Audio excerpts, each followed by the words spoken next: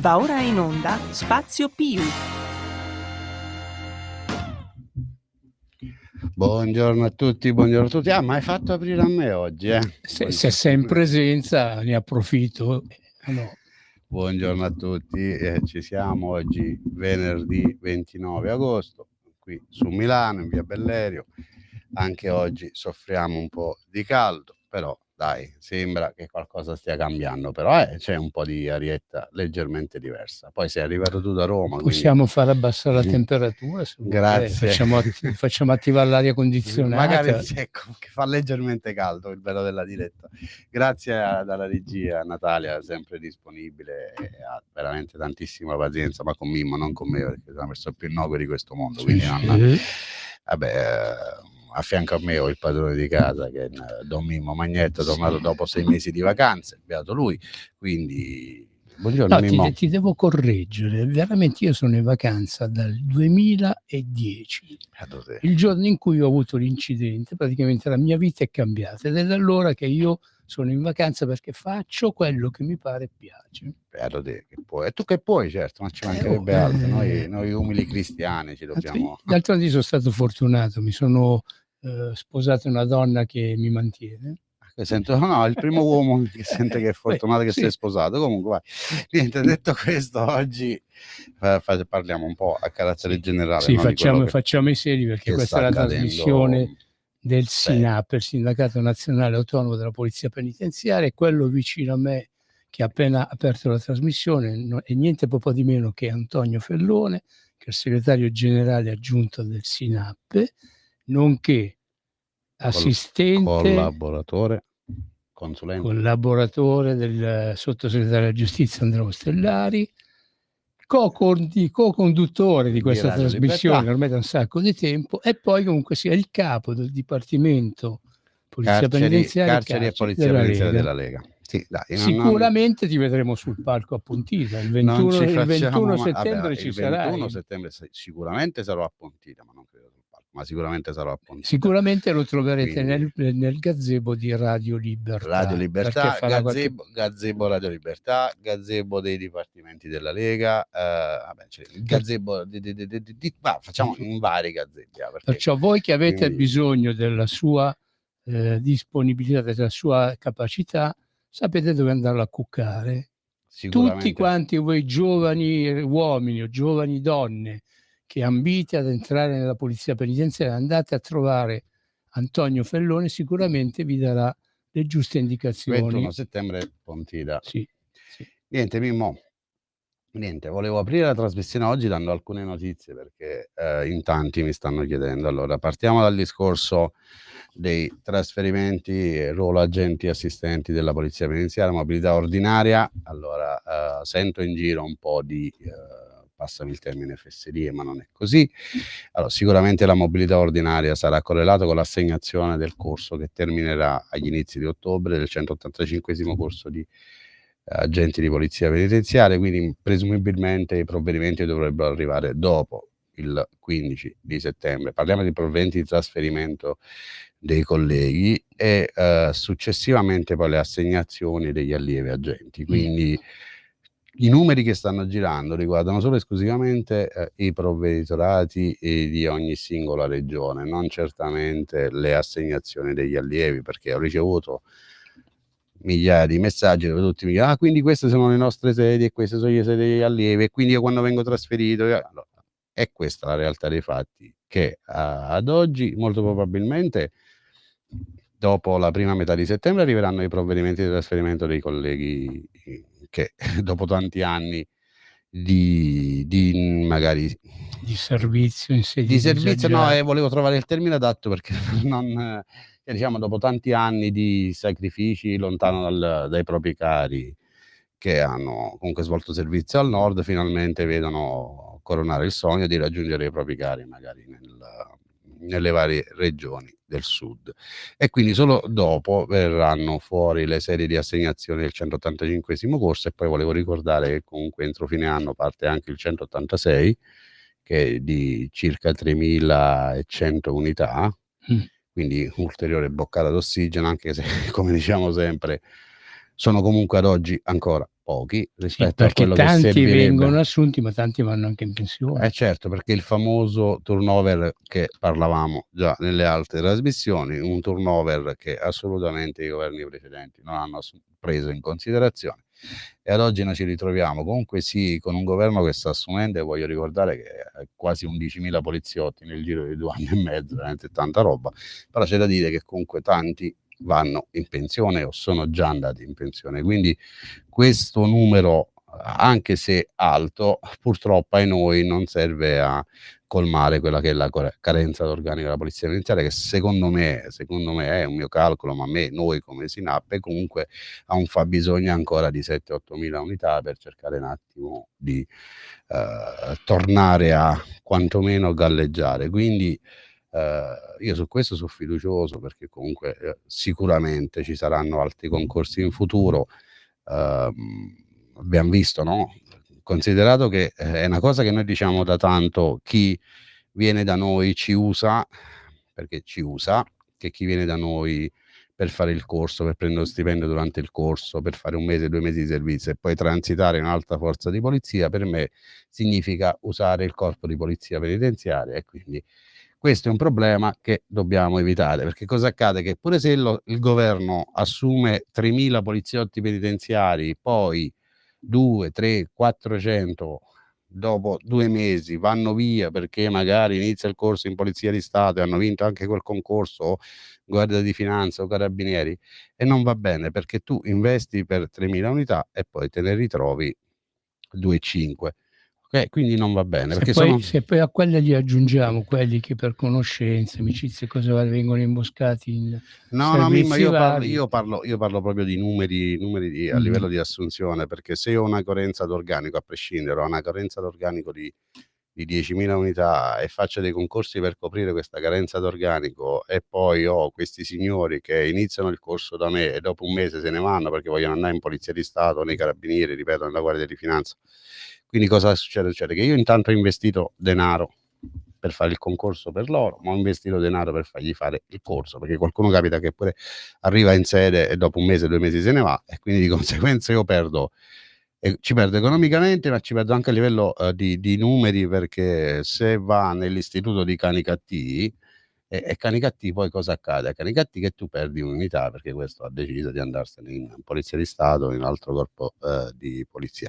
Quindi su questo bisognerebbe intervenire con un provvedimento ad hoc, secondo me, ma nel rispetto anche di chi rimane poi fuori graduatoria, non può partire, perché voglio ricordare che se tu fai il corso e poi inizi il servizio presso un istituto, se tu lasci ovviamente non ci può essere lo scorrimento della graduatoria, e quindi fai un doppio danno economico allo Stato, quindi all'amministrazione, allo Stato, e a chi magari ha studiato, cioè prova in tutti i modi a vincere quel concorso, però era ritrito in graduatoria perché magari più anziano di età o per qualsiasi altra ragione, quindi di conseguenza a rimetterci, ecco, il poverino che non è riuscito a prendere un posto di lavoro, e l'amministrazione che comunque ha investito e non si ritrova personale, e quindi non va bene. Su questo bisogna intervenire, ma dico questo perché questa problematica, da quanto mi risulta, da quanto mi è stato riferito, ce l'ha anche la Polizia di Stato, perché chi vince poi il concorso in Polizia di Stato spesso vuole transitare nella Guardia di Finanza, perché i concorsi poi o in altro corpo. Quindi secondo me una norma ad hoc, dove dico perfetto, Tu lo sai, dunque, Antonio Fellone, da quanto tempo è che tu conduci questa trasmissione assieme a me? circa 8 anni? Tu lo sai che però io la prima volta che ho dato la voce alle forze dell'ordine è stato ben 12 anni fa, e l'ho dato appunto a un sindacalista all'epoca del SIULP, quando era della Polizia di Stato, quando era diventato di centrodestra, perché ora ha cambiato un po' sponde, no, però appunto io ho dato voce a questo sindacalista che ahimè è morto pochi anni, un paio d'anni fa, ed era Mauro Guaetta, appunto, e con Mauro Guaetta mi spiegava che più o meno l'andazzo era così anche per loro. Anche chi viene preso in polizia di Stato, se poi gli offrono la possibilità di andare a fare niente o in tribunale o in qualche altro ministero, piglio ci va. Alla Polizia di Stato si aggiungeva anche il fatto che venivano formati, oltre che nelle scuole di polizia, venivano formati nelle località dove andavano a svolgere il servizio. Milano era un eccellente laboratorio di formazione, e dopo, quando il poliziotto era bello formato, paccate, giustamente perché gli spettava, perché comunque si aveva i propri cari in altre località, pigliava e se ne andava. Perciò i casi della vita che portano tante persone a andare a occupare posti e poi abbandonarli, quelli sono cose che appunto di cui io sento parlare, ripeto, da 12 anni, da quando ho cominciato a dare la voce alle forze dell'ordine. E io ho sentito polizia, ho sentito polizia locale, gli unici che non ho potuto sentire sono stati i carabinieri, perché non potevano praticamente partecipare a queste trasmissioni, ma questo è un problema che c'era 12 anni fa e presumo ci sarà anche nel prossimo futuro, perché o lo Stato italiano, questo governo, visto che è quello che è più attento e più anche attivo, o si inventa veramente delle leggi, che però sicuramente calcola, tu sei un sindacalista come me, no? Io ho fatto sindacato per tanti anni, tu sai che a fronte di quelli che sono gli atti che un governo può prendere e stabilire, perché arriva la magistratura, arrivano i ricorsi al TAR, per cui in pratica quello che uno fa, tu dici, tu vorresti proporre una cosa del genere, ma noi abbiamo avuto esempi, che abbiamo avuto il governo che ha varato delle leggi, è arrivata la magistratura e li ha disfatti. Dovremmo rivedere proprio l'impianto di quello che è l'impianto proprio della Costituzione, dello Stato. Io ieri ho parlato con un educatore, praticamente per un'ora circa, ci ho parlato e dice: sai, ma ormai anche l'ordinamento penitenziario è stato fatto nel 1975, ormai c'ha 50 anni, non è più attuale. Se effettivamente, se a quello gli aggiungiamo che anche il regolamento di esecuzione, sì, penso che sia di quello appresso all'ordinamento, cioè, praticamente l'hanno fatto, l'hanno proprio scritto e fatto, applicato forse in un carcere della Repubblica Italiana. Cioè noi appunto qua dovremmo veramente rivedere un po' tutto. La faccenda è molto più complessa. Assolutamente sì, Mimmo. Io quello che intendevo dire prima era una cosa. Fino a qualche anno fa, se tu partecipavi a un concorso, automaticamente venivi escluso da altri concorsi. Io non parlo, perché comunque bisogna capire, se noi parliamo di numeri, 3.000 unità, sto a fare un esempio, 3.000 unità e ne perdo 400 perché 380 sono transitati dall'altro corpo, quindi una soluzione si deve trovare. Lasciamo perdere che magari ci sono quelle unità, una ventina, che magari arrivano in istituto, hanno paura, è meglio per noi che comunque si concedano, perché comunque devi lavorare con persone che ti garantiscono quantomeno la sicurezza. Quindi fin qui ci siamo. È qui che bisogna intervenire. Puoi fare tutti i concorsi che vuoi, 10, falli tutti e 10, però secondo me ne vinci uno, basta, automaticamente decadono gli altri e tu per 3 anni sei obbligato a stare lì dove stai, altrimenti rinunci, perché se vieni in polizia penitenziaria giusto perché ci devi venire, perché non trovi altro, non hai gli stimoli, non hai la voglia di fare questo tipo di lavoro, perché è un lavoro delicato, particolare, e veramente bisognerebbe fare una statua a tutti i colleghi che nel quotidiano lavorano in prima linea nei reparti detentivi, perché oggi tu hai a che fare con una tipologia di detenuti che è completamente diversa rispetto a 20 anni fa. Oggi nelle carceri ci sono pazzi, squilibrati, violenti, per non parlare dei detenuti extracomunitari. I pazzi squilibrati non sono sempre la stessa. No, perché il pazzo... Stanno i pazzi normali, i pazzi furiosi. Bravo, ecco, e per squilibrati intendo proprio i pazzi furiosi. Perché quando un detenuto tira in testa o in faccia o la qualsiasi a un poliziotto, per me è uno squilibrato, è un pazzo. Perché? Quindi sono persone che in carcere non potrebbero stare. Quindi bisogna solo fare un plauso e i complimenti a chi tutti i giorni si fa, passatemi un termine, un mazzo così per garantire l'ordine all'interno degli istituti penitenziari. Quindi secondo me bisognerebbe partire proprio sulla gestione dei detenuti, perché oggi noi il problema principale ce l'abbiamo sulla gestione dei detenuti, perché all'interno delle carceri ci troviamo una tipologia di detenuti che secondo me non può starci assolutamente, perché tu puoi ragionare con una persona, magari questa persona può capirti, non può capirti, ti dice sì, ok, vediamo, ma quando tu di fronte il tuo interlocutore non recepisce quindi veramente non capisce quello che tu dici, quello che tu fai una fatica abnorme. E poi cosa accade? Come va a finire? Che il poveraccio di turno si deve pigliare la sgabellata, la mettata, i cazzotti, sputi, altro, e poi viene fuori la polizia penitenziaria è torturatrice, è violenta, cacchio e macchio. Quindi io direi che comunque intanto secondo me di carcere dovrebbe parlare chi lo conosce realmente e chi l'ha vissuto. Purtroppo invece oggi ne parlano un po' tutti. Poi ci vorrebbe ovviamente un intervento sulla gestione dei detenuti, ma soprattutto sulla separazione della tipologia dei detenuti, perché questi signori qua secondo me non possono stare in carcere. E su quello siamo d'accordo, noi lo ripetiamo da diverso tempo, ma noi in tante nostre trasmissioni. Continueremo, perché prima o poi a casa noi dobbiamo portarci il risultato, perché il chiacchiera poi si porta il vento. Voglio io però ne parlo con te che mi stai qua a fianco e sei quello che appunto ormai sta a Roma, sta un po' dappertutto. A me per esempio questo funzionario giuridico pedagogico con cui ieri ho parlato per più di un'ora, praticamente mi ha detto: sai qual è il problema? Che qua ci sono quei pochi, e non sono pochi, sono alcune migliaia, che potrebbero avere misure alternative. Ti fermo subito. Però non possono andare perché manca la sintesi. Non è proprio così, perché poi le cose bisogna guardarle a 360 gradi. Il numero di detenuti che potrebbero fruire di misure alternative sotto i 2 anni ce ne sono, vuoi voglia.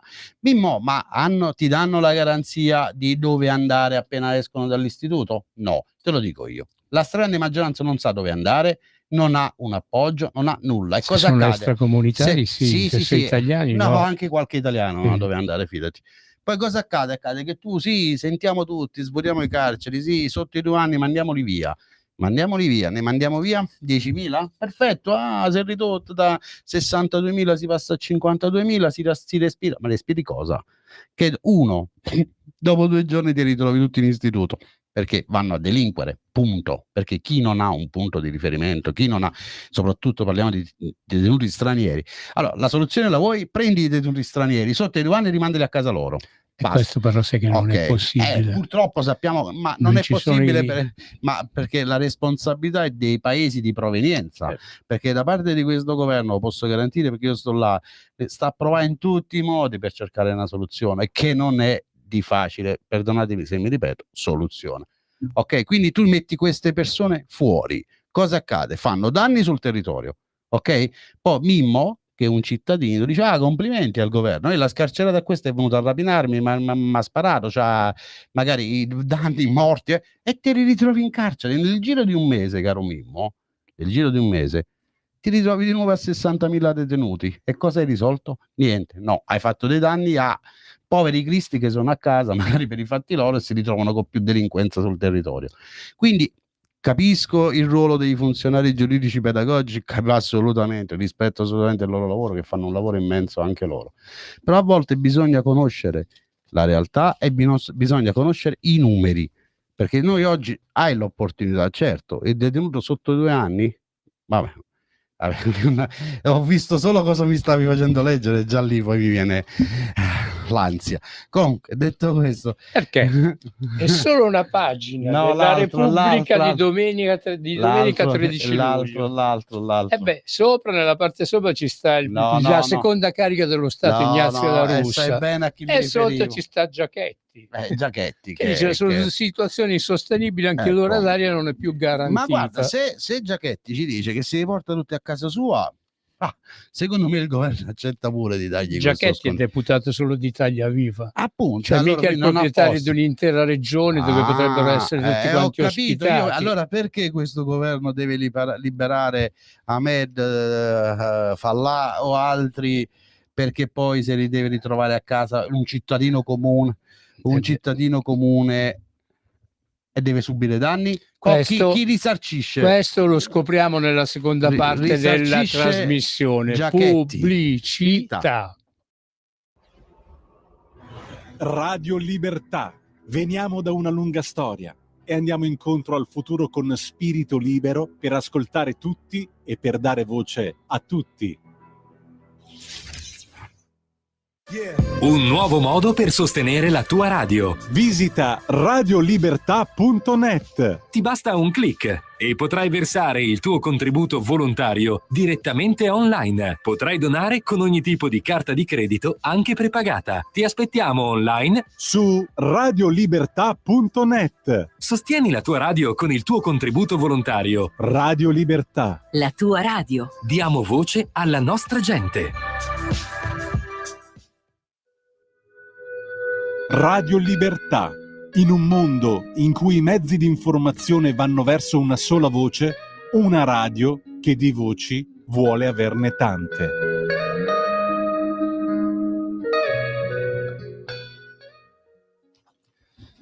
Rieccoci, siamo sempre sullo Spazio Più Sinappe con il mitico Tony F. Anche no. Antonio Fellone. Mimmo, vogliamo ricordare i numeri che non Sì, mi sono dimenticato sì. di darli prima, per chi volesse intervenire può chiamare allo 029294 7222, ripeto 029294 7222, e per chi è più tecnologico Il WhatsApp può mandare un messaggio su WhatsApp al 340 6709 659, ripeto 340 6709 659. Tornando a quello che mi dicevi tu prima di Giacchetti, se Giacchetti si riporta a casa tutti quelli che liberiamo, che libera il governo, no, io assolutamente non sono nessuno per liberare, posso dire liberiamo come appartenente al corpo di polizia penitenziaria, va bene, se li porta a casa, però poi dopo se vanno a rubare a casa di Mimmo, di Luigi, di Pasquale e di Nicola, se Giacchetti poi risarcisce tutti questi danni, guarda, non è male come non proposta. è previsto dalla legge, perché la legge prevede benefici per chi appunto in carcere il problema che a parlare siamo tutti bravi, poi quando ti trovi di fronte a certe dinamiche poi effettivamente forse quel cretino che ogni tanto per non dire un altro termine, che fa qualche diretto, fa qualche post, forse magari ha ragione, perché dopo 25 anni 22 buoni passati in carcere, perché che reato hai commesso tu, voglio per esserti fatto 25 anni di galera, che reato hai fatto? Sei stato assunto nel corpo della polizia penitenziaria, quello è il reato peggiore che ci poteva essere in Italia. Non te lo posso dire per motivi di sicurezza. Comunque, tornando a noi, quindi ripeto, a me quando sento parlare di carcere, poi io mi fermo e ascolto, e spesso sorrido, ma è un sorriso amaro, sai, quei sorrisi incazzati per dire ma che cacchio stai a dire, poi mi devo contenere. Però io ti comprendo, Antonio, però il fatto è questo: tu spesso e volentieri parli del fatto che la maggior parte dei detenuti problematici sono tutti di etnia straniera. Assolutamente sì. Sappiamo però che appunto noi in questo siamo veramente sfortunati o sfigati, insomma, o condannati a questo eterno massacro. Ci sono certi stati che non hanno proprio nessunissima intenzione di riprendersi. Il problema sta lì. Io ti do per certo che questo governo sta ancora provando tutti i giorni a cercare una soluzione, un qualcosa per far sì che questi signori tornino a casa loro, perché oggi chi lavora in prima linea, ripeto, bisogna fare un plauso ai miei colleghi che si fanno il mazzo in prima linea, hanno a che fare con dei personaggi che veramente ti irritano, ti mancano di rispetto, ti sputano addosso, usano violenza, non gliene frega nulla di te, e hanno, i miei colleghi, le mani legate. Tu cosa puoi fare? Perché solo se pensi di difenderti, ti trovi magari la procura di turno che ti indaga per tortura, ok? Perché non tutti sanno che magari c'è l'uso consentito della forza, però oggi come oggi tutto è tortura, basta sentire, guardare la questione Taser, perché oggi per tanti, sempre da quella parte lì, il taser è una tortura, no? Per il taser invece ha risolto tantissimi problemi, magari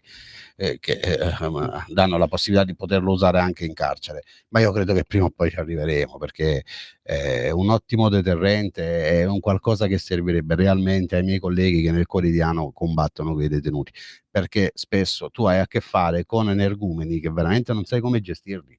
Ok, quindi cosa accade? Io l'ho detto migliaia di volte, lo ripeterò fino alla morte: quando tu, poliziotto della territoriale, ti ritrovi a che fa con l'energumeno che cerca di aggredirti, usi il taser, è perfetto, ma lo puoi usare anche come deterrente, perché la persona alla vista del taser cambia atteggiamento. Tu in carcere hai le mani nude, perfetto, e se un energumeno di questo ha intenzione di aggredire, lo fa perché non gliene frega nulla, perché non hanno nulla da perdere. Ok, quindi l'unica veramente soluzione, bisogna battersi su questo, il resto è fuffa.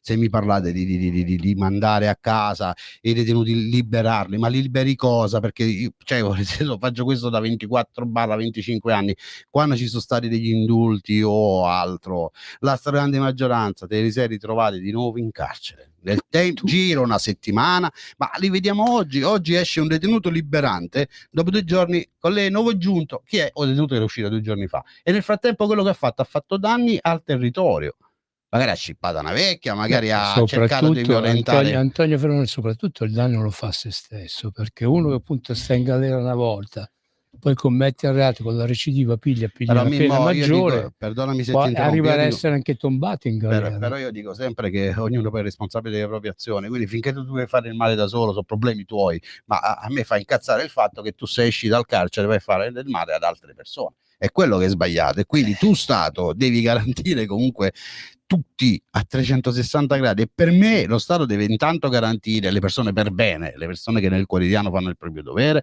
le persone che nel quotidiano si fanno un mazzo così per garantire l'ordine e la sicurezza all'interno degli istituti penitenziari, e poi possiamo pensare ripeto, lo sottoscrivo, che negli istituti penitenziari il lavoro della polizia penitenziaria è un lavoro veramente pesante, ma che viene fatto nel pieno rispetto dell'articolo 27 della Costituzione, contrariamente a quanto spesso leggo o ascolto in giro, ma torniamo sempre a parlare delle stesse persone che si svegliano soprattutto nei periodi estivi, vengono nelle carceri, fanno il giretto, escono, buttano benzina sul fuoco e se ne vanno, e poi il problema è di chi?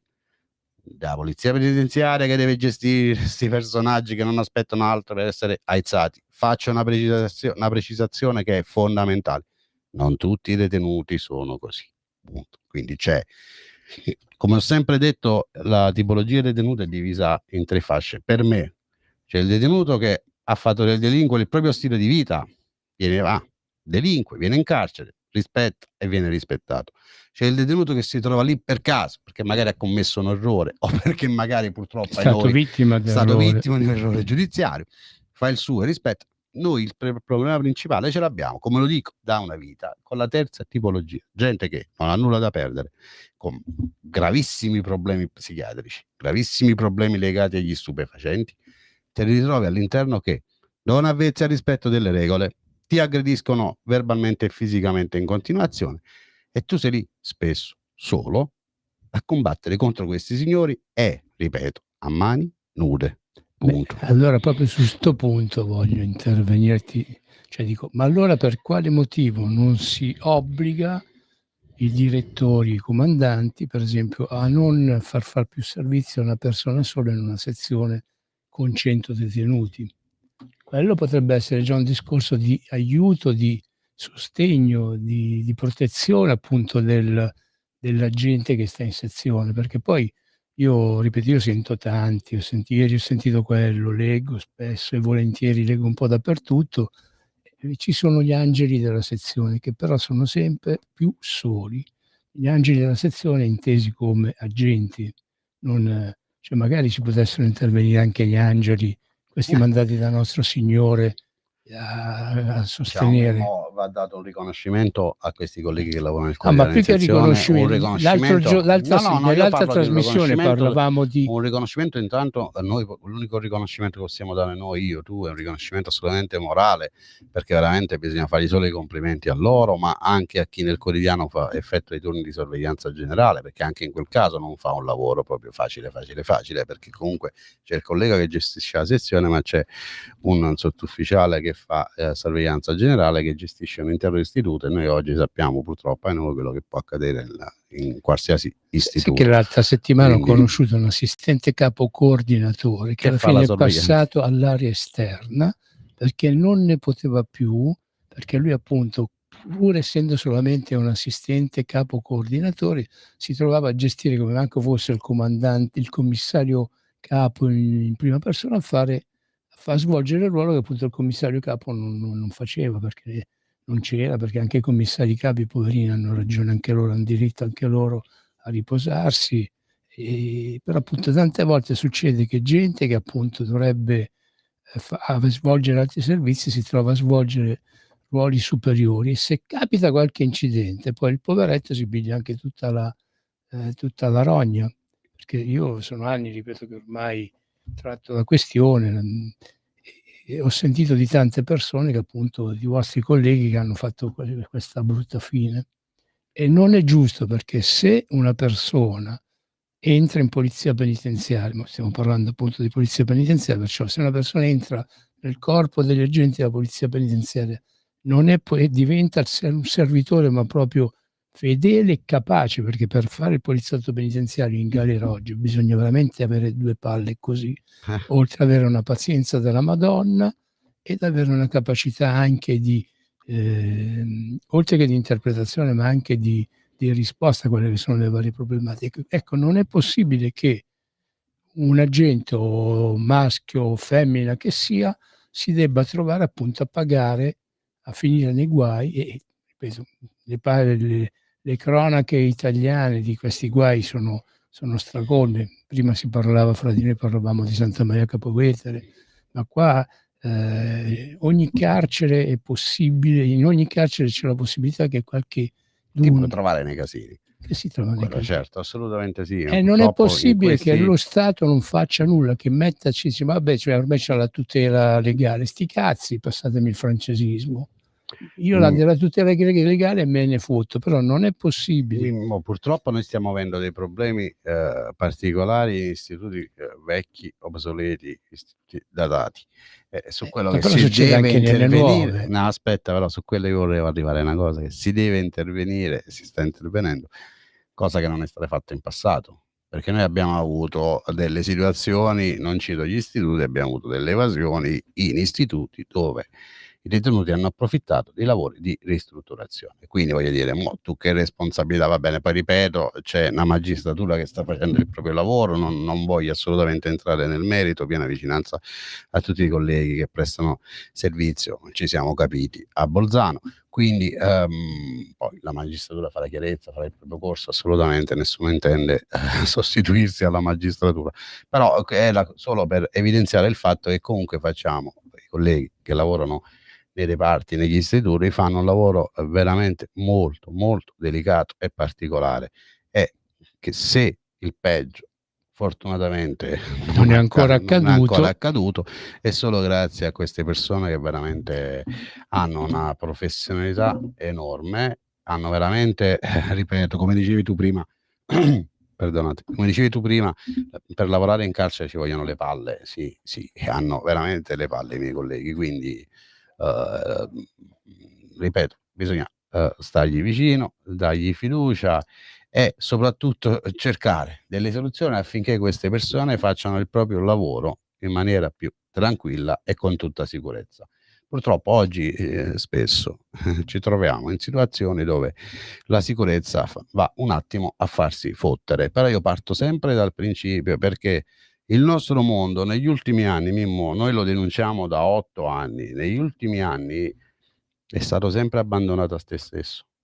Istituti vecchi, obsoleti, erano da chiudere non oggi, perché oggi diamo la responsabilità a chi c'è al governo, ma 10, 15, 20 anni fa andavano chiusi, non oggi. Oggi chi li doveva chiudere 20 anni fa attacca il governo perché non li chiude. E cosa ti ritrovi? Ti ritrovi con istituti vecchi che ci metti mano, e però mettendoci mano metti a repentaglio la sicurezza del poliziotto che ci presta servizio, di tutti gli operatori che ci lavorano, e dai una possibilità in più al detenuto di evadere. Poi, tornando al discorso delle evasioni, è una proposta che secondo me dovrebbe essere presa in considerazione, e lì bisognerebbe aumentare la pena per l'evasione, ma non raddoppiare, triplicare, secondo me aumentarla proprio di tanto, perché potrebbe essere un deterrente, perché un detenuto che oggi va dice sì, vabbè, ma al massimo mi rischio 6 mesi, ci provo, mal che vada.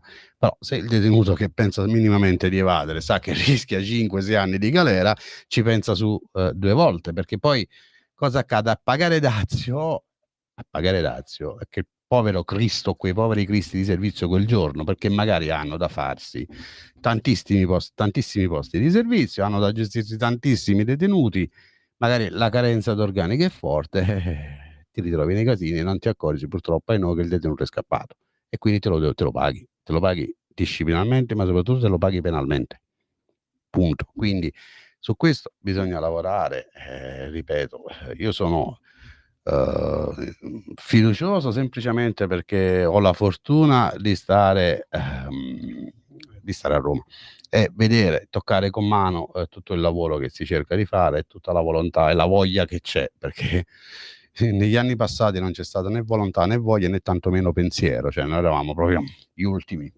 degli ultimi, e infatti oggi stiamo piangendo una situazione che è veramente catastrofica, perché ma tu immagina solo minimamente se non ci fosse stato sto governo, se non ci fossero state soprattutto 11.000 assunzioni nel giro di 2 anni e mezzo, noi oggi stavamo in ginocchio. Tu invece di stare qua a fare la radio, stai in servizio. Stavo in galera.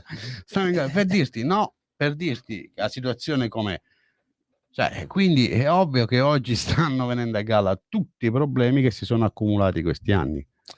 No, secondo io me stavo pure... in servizio, per l'amore della verità, fino a 2 anni e mezzo fa, non è che io non...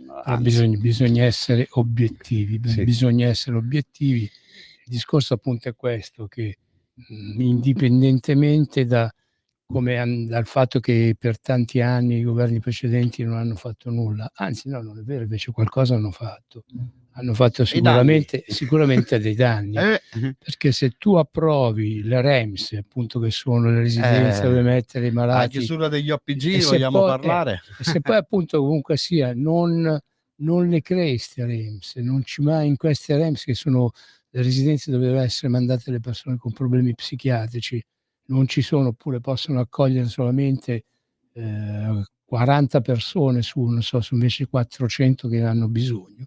Allora i governi precedenti non l'hanno fatto, i governi attuali lo facessero, insomma. Ma noi oggi stiamo vivendo proprio questa tipologia di problemi semplicemente perché con la chiusura degli OPG si è pensato bene di sostituirli con le REMS. Per chi non lo sapesse, gli OPG sono gli ospedali psichiatrici giudiziari, dove prima erano ristretti i detenuti con seri problemi psichiatrici, e quindi con una presenza massiccia. Oppure quelli che ci marciavano, perché c'erano tanti che certo. marcavano da matti per poter avere qualche... All'interno di questi istituti penitenziari c'era una massiccia presenza di personale sanitario, quindi la presenza era minima del personale di polizia penitenziaria. Cosa siano inventati? La chiusura di questi OPG e l'apertura di piccoli REMS, sarebbero delle residenze per piccole residenze dove magari mettere qualcuno con seri problemi psichiatrici. E tutti quelli che prima stavano all'interno degli studi, all'interno degli OPG, te li ritrovi negli studi penitenziari, e quindi tu non è che oggi lavori con un detenuto normale, tutto comune. Oggi tu ti trovi a che fare, come ti dicevo prima, con dei pazzi, ok? E il pazzo non è lucido, è pazzo, ok? Quindi ti puoi aspettare e accade di tutto. Quindi ripeto, a pagare i dazi è il poliziotto penitenziario. Qui dobbiamo fare un plauso alla sinistra, al PD, che ha voluto questa cosa, perché veramente ci ha fatto un regalo enorme a noi come corpo di polizia e a noi come operatori che lavorano all'interno degli studi penitenziari, perché oggi tu entri in carcere ed è un manicomio, ma soprattutto entri in carcere e il rischio è concreto che tu ne possa uscire, se sei fortunato, con un qualche ferita o altro. È veramente serio e concreto, quindi bisognerebbe intervenire, anzi bisogna intervenire andando verso questa direzione, no con sconti, sconticini, perché sconti e sconticini, ripeto, io da poliziotto penitenziario fai un plauso, mandiamo a casa 20.000 detenuti, finalmente ci liberiamo, ma io poliziotto penitenziario che faccio questo lavoro dal 2001 so benissimo che nel giro di 2-3 settimane mi rientrano il 90%. E sai che significa però questo 90%? Vedi un po' quanti danni ha fatto sul territorio? Quindi a cosa servono i sconti e sconticini? Serve un programma concreto e servono degli interventi concreti sulla gestione dei detenuti, della tipologia dei detenuti. Punto. Per me questo è il mio pensiero, Mimmo. Sì, io invece ho un altro pensiero. Io ho cominciato a praticare di prigioni circa 50 anni fa. Ho avuto una parentesi nei miei vari giri europei in Francia. Io a Parigi venni a contatto con un'associazione che si occupava della gestione dei detenuti in semilibertà o in affidamento esterno. Insomma, praticamente il carcerato francese veniva preso e portato in queste strutture dove c'erano personale che appunto appositamente formato, addestrato, che accompagnava la gente verso il ritorno in società. Ma sto parlando del 1977. Mimmo, però questa è pura fantasia. In Francia è successo. Ma io capisco, ma i nostri cugini francesi fanno questi altro. Se tu fai un discorso del genere a un mio collega, quello ti guarda, dici, come sai che non sei mai entrato in carcere?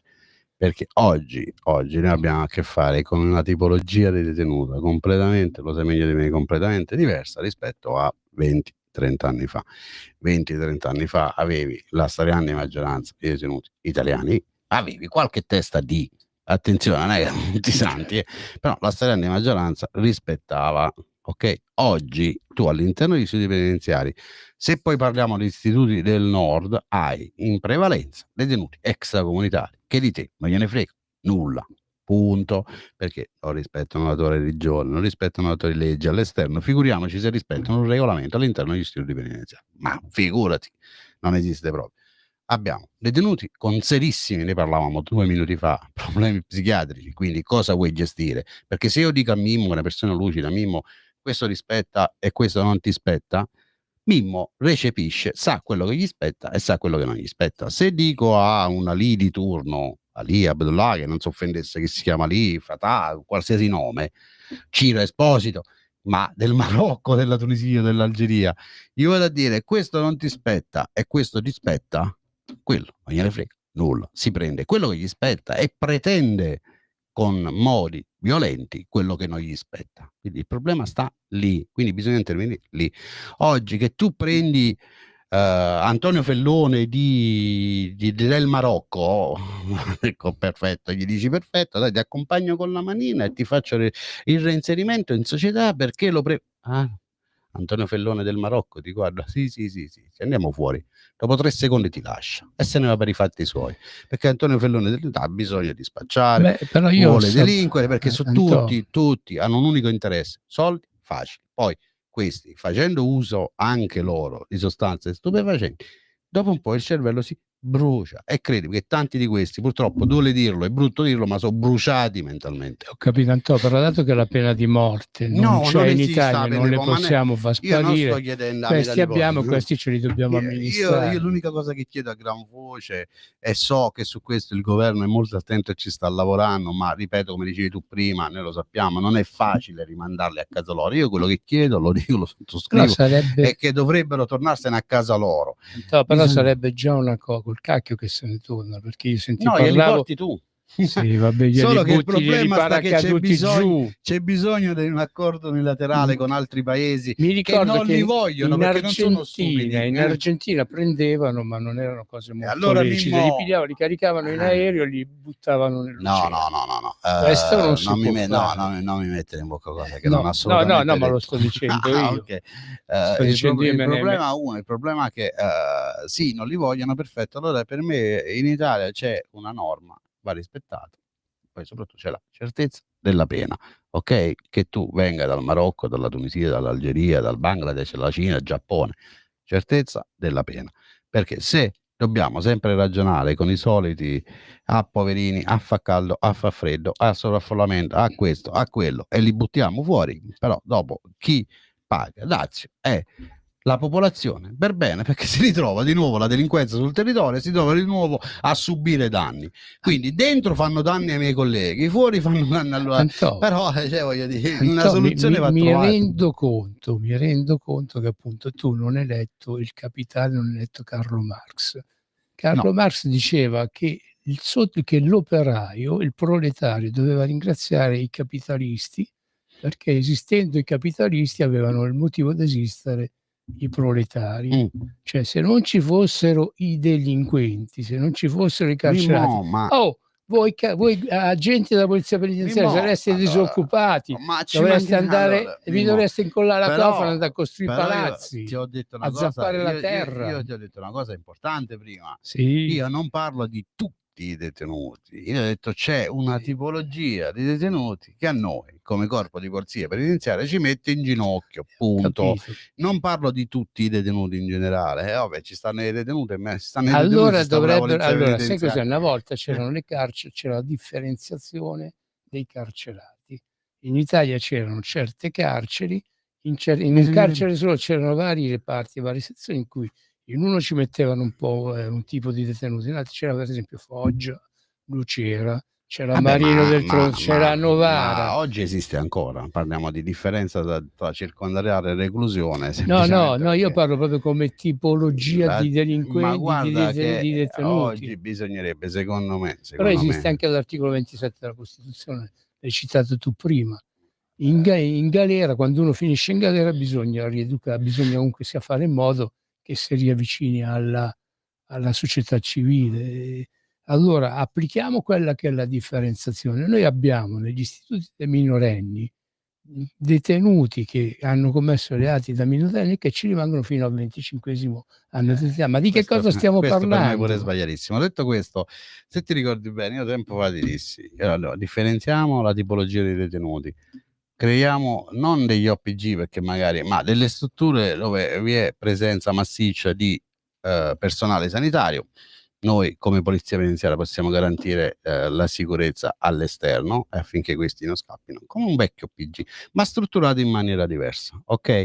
Solo così lo risolvi il problema, perché cosa accade? Che tu ripulisci tutti gli istituti dello Stivale, crei 3 istituti, uno al nord, uno al centro, uno al sud, dove mettere dentro queste persone con problemi psichiatrici, personale massiccio, personale sanitario, perché queste persone non vanno guardate, ma vanno curate, se vogliamo parlare proprio di umanità. Allora tu risolvi, non dico tutti i problemi del mondo carcere, ma la gran parte. Penso che dal prossimo venerdì farò la trasmissione Spazio Ospedale. Spazio Ospedale. Cioè, oggi c'è lo spazio Sinape, ma se avvenisse una cosa del genere, bisognerebbe fare una trasmissione Spazio Ospedale, No, Spazio Medici. Un segnale... Perché tu stai dando delle indicazioni, ci mancano i medici. Ci mancano gli infermieri, perché Mimmo, chiaramente gli infermieri...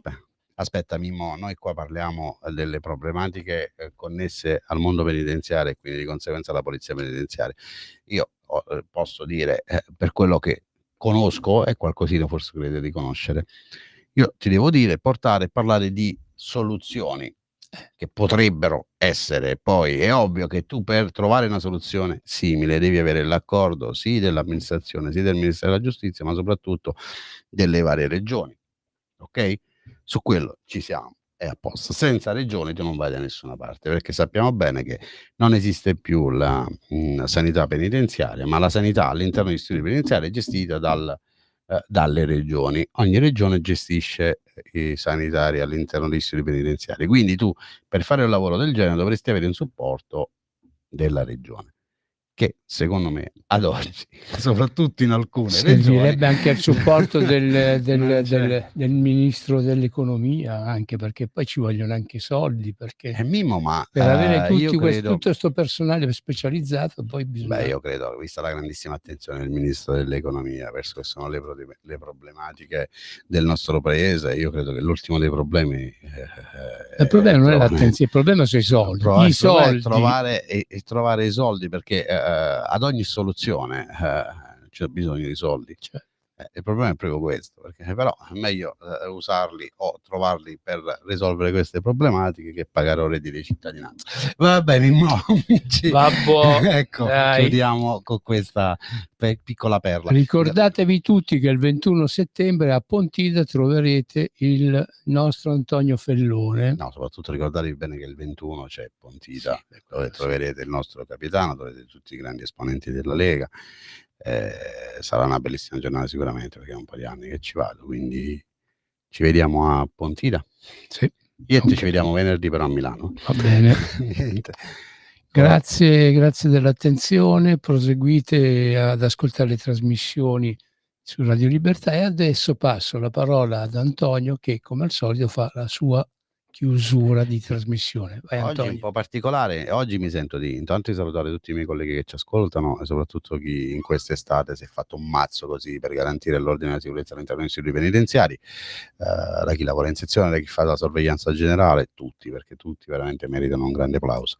E salutare Natalia per la pazienza soprattutto. Grazie a te Mimmo, noi ci vediamo venerdì e come dico sempre, viva il SINAPPE, viva la Polizia Penitenziaria.